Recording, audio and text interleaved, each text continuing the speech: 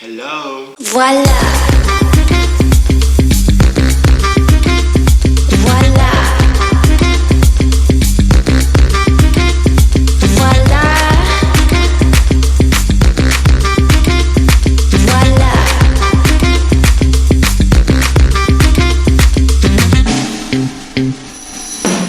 Ok, coucou tout le monde, du coup aujourd'hui on se retrouve pour une nouvelle vidéo et j'ai décidé de faire un top de mes 10 séries préférées que j'ai regardé cette année, enfin 2020 non pas que sur Netflix, mais quasiment tout était sur Netflix. Enfin bref. Du coup voilà, c'est parti pour mon petit top 10. En 10e place, j'ai décidé de mettre la série Hollywood qui est sur Netflix. Il n'y a que 7 épisodes. Bon, il dure une heure presque, ou un peu moins.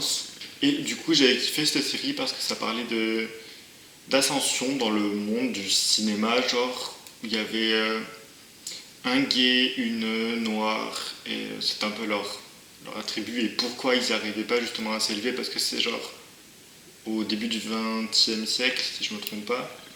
Du coup, rien n'était accepté, la couleur de peau, l'orientation sexuelle. De fil en aiguille, on voit qu'ils y arrivent et tout, ils font leur petit bonhomme de chemin. Ouais, la façon dont c'est fait et tout, moi, ça a changé et tout. Et tout, et tout, et tout. Non, franchement, allez regarder Hollywood. 9e place, j'ai mis une série française. Scam, la saison 5 et 6 qui sont sorties cet hiver et au printemps là du coup. Je me suis dit est-ce qu'ils vont vraiment réussir à encore se renouveler parce que après avoir fait l'homosexualité, la religion, le viol, une histoire de viol en saison 2, qu'est-ce qu'ils vont faire encore? Et ils ont réussi. Ils ont mis en avant le handicap avec, comment il s'appelle, Arthur. Oui, Arthur. En saison 6, l'addiction aux drogues, à l'alcool, grâce à de nouveaux personnages, notamment Lola. Au début, je l'aimais pas, mais au fil de la saison, tu peux que l'aimer, parce qu'elle est tellement mal, la pauvre, et faut aller la voir, aller voir la saison, et la série, même en entière. Voilà. En 8e place, j'ai décidé de mettre Unorthodox, qui est sur Netflix. Il n'y a que 4 épisodes, c'est vraiment une mini-série et c'est court. Et quand c'est court, on aime bien parce que ça se mange comme ça. Enfin, je l'ai fait en 2 soirs, j'ai fait 2 épisodes et 2 épisodes. Bref, on s'en fout de ça. En gros, ça parle d'une meuf qui est juive, qui vit dans sa communauté, mais on voit qu'elle n'est vraiment pas à l'aise du tout dedans. Qu'elle ne sent pas à sa place et tout ce qu'elle veut, c'est partir loin. Et du coup, elle part loin et elle va vivre à Berlin. Et de là-bas, elle rencontre des gens qui l'aide. Au début, je pensais qu'elle allait plus tomber sur des gens mal intentionnés. Au final, non, c'est un groupe de jeunes, ils sont vachement cool et tout. Mais du coup, vu qu'elle est partie de sa communauté, sa communauté, notamment son mari, vont essayer de la retrouver. Et je vous dis pas ce qui va se passer à la fin. En tout cas, ça se finit bien, mais j'aurais quand même aimé que ça continue. Donc c'est dommage, mais voilà. Pourquoi je l'ai mis en 8e. 7e place, j'ai mis la saison 4 et la dernière saison de 13 raisons why, du coup. 13 raisons why. On va pas commencer à le dire en anglais. J'avais pas trop kiffé la saison 3, je préférais les 2 premières saisons. Mais la saison 4, je trouve que ça a rehaussé le truc et que les personnages ont été mieux développés. Même si Clé, au bout d'un moment, c'était un peu embêtant de voir tout le temps, on savait pas si c'était des hallucinations. Jessica aussi, ça lui arrivait aussi de voir des hallucinations de Bryce et tout. Mais malgré tout, les personnages ont été bien développés. Je trouve Alex, j'ai kiffé ses relations. Charlie, le petit nouveau qui est arrivé, il était là, mais il était pas trop là. Bon, je vous spoilerai pas la fin, vraiment pas, mais en tout cas, je trouve que l'arc de la plupart des personnages, ils sont bien terminés.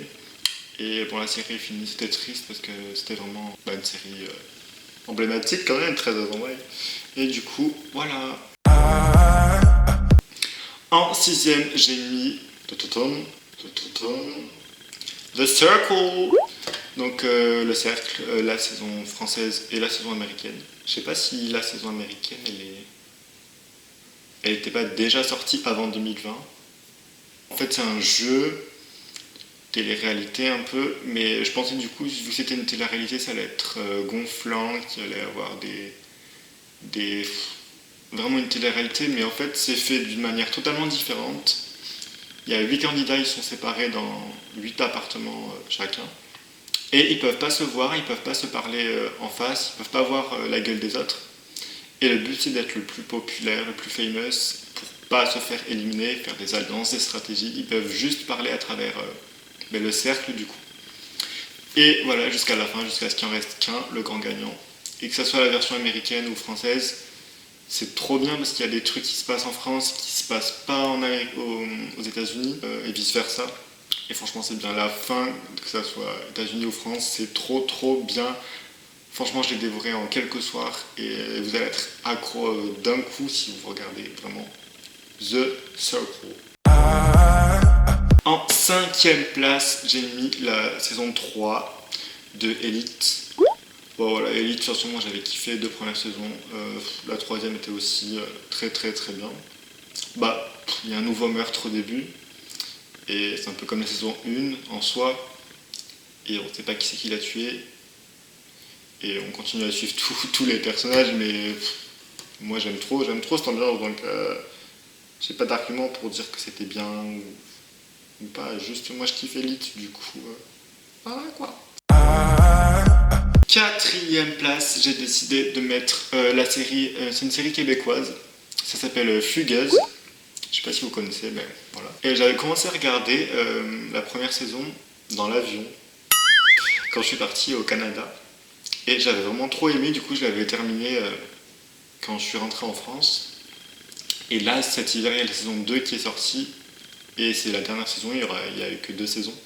Mais c'est trop bien, en fait ça parle d'une jeune adolescente. Elle est toute naïve et de fil en aiguille, elle va se faire entraîner dans un trafic un peu louche, un trafic de prostitution, clairement. Elle va tomber en amour avec un mec. Elle va croire que c'est l'homme de sa vie alors que le mec, il fait tout pour la descendre. Elle ne voit rien. Elle se lie d'amitié vraiment avec les mauvaises personnes. Elle ment à sa famille, ses amis. Elle tombe vraiment très bas et la façon dont c'est fait est en mode waouh, la pauvre, elle prend tellement cher. Et je trouve que c'est fait d'une manière dont on n'a pas l'habitude de voir.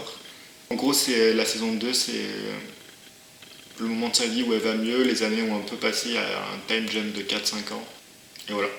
Et du coup, c'est trop bien. Allez voir Fugueuse.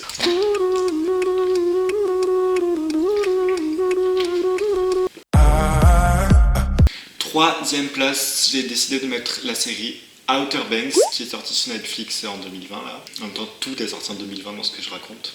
Bref, ça parle d'un ado, John B. Son père est disparu et son père est en train de chercher un bateau, comme une chasse au trésor où c'est une grosse légende, il y a plein de sous dedans et tout, enfin, de l'or ou je sais plus quoi. Et du coup, il va prendre la relève avec ses amis pour essayer de chercher, je crois que ça s'appelle le Royal Merchant, un truc comme ça. Et il va essayer de retrouver tout ça. Bien sûr, va se mêler à ça les flics, des histoires d'amour, d'autres gens qui veulent aussi chercher le trésor. Et je pensais au début ça allait être un peu chiant de voir une chasse au trésor, mais en fait c'est fait d'une manière tellement inattendue. Et en plus les paysages ils sont vraiment magnifiques. Ils sont vraiment sur une île, on dirait un peu dans les mangroves. Ils se déplacent tout le temps en bateau, c'est vraiment paradisiaque, ça te donne trop envie d'y aller. Et les 2 derniers épisodes de la série sont vraiment ouf. C'est vraiment... tout le temps de l'action, tu t'embêtes pas. Et je t'embête, qu'est-ce qui se passe là, qu'est-ce qui va se passer?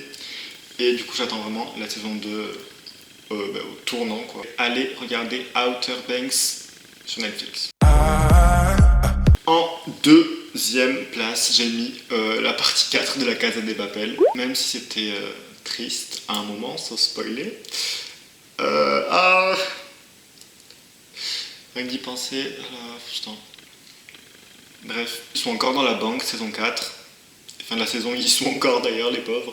Du coup, ça s'est terminé la saison 3 où Lisbonne elle se fait capturer. Le professeur croit qu'elle est morte, du coup, mais le professeur avait pensé à tout, encore une fois. Ils vont essayer de s'en sortir comme ils peuvent. Il y a encore des dégâts, mais voilà. J'espère que la saison 5, ils vont enfin réussir à s'en sortir et à battre ces putains de flics de merde et cette connasse de Alicia. Et bref, déjà la Casa de Papel, j'aime trop l'ambiance. la cohésion qu'il y a entre les braqueurs, Helsinki, Nairobi, Tokyo, Rio. Je les aime tous vraiment dans mon cœur, forever. Bref, on arrive à mon top 1 et comme vous attendez, voilà. Mon top 1 et pas étonnant, The Walking Dead, la saison 10, partie 2. Je trouve déjà que la saison 9 était vraiment, avait redoré l'image de la série, puisque la saison 7 et 8 étaient peut-être un peu monotones pour certains. Mais la saison 10, du coup, elle a continué dans ce chemin-là. Avec Negan, sa rédemption, nouveau personnage, Stephanie, d'autres qui prennent un peu plus d'importance, comme Alden, Aaron, Judith, la petite, elle me fait délirer celle-là, elle est tellement badass. Il y a aussi Michonne, même si Michonne quitte la série, quoi. C'est triste, il reste plus beaucoup de personnages vraiment principaux depuis le début. J'attends l'épisode 16 de la saison 10 avec impatience, en espérant revoir Maggie très vite. Normalement, elle doit revenir dans cet épisode. Et que les chuchoteurs, avec ce connard de bêta, qui s'éteignent tous pour de bon, ils sont ravagés. Et du coup, voilà, pour moi, la saison 10, c'était la meilleure saison et la meilleure série de ce top 10. Voilà, ça va être la fin de la vidéo. Abonnez-vous si ce n'est pas déjà fait, activez la cloche, laissez un like si vous voulez, et je vous dis à la prochaine pour une nouvelle vidéo. Bisous!